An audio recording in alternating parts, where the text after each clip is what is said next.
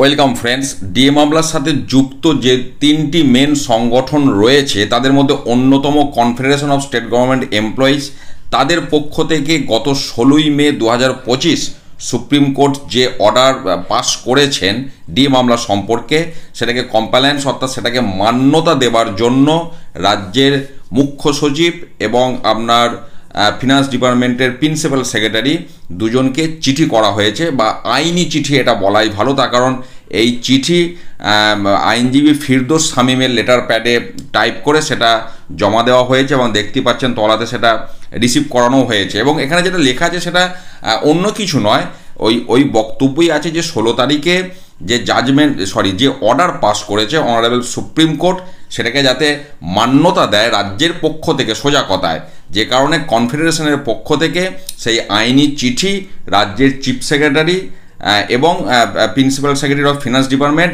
এই দুজনকে চিঠি করা হয়েছে যাতে এটাকে মান্যতা দেওয়া হয়। এটা একটা মানে প্রসেস, আইনি প্রসেস, সেইটাই ওনারা মেনটেন করেছেন।